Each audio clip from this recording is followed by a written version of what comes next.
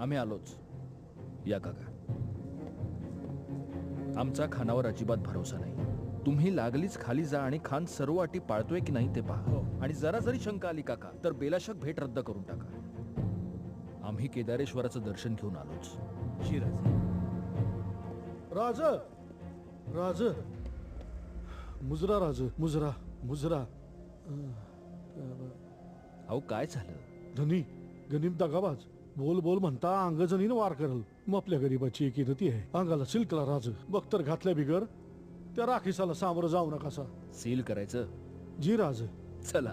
जी Raj ji.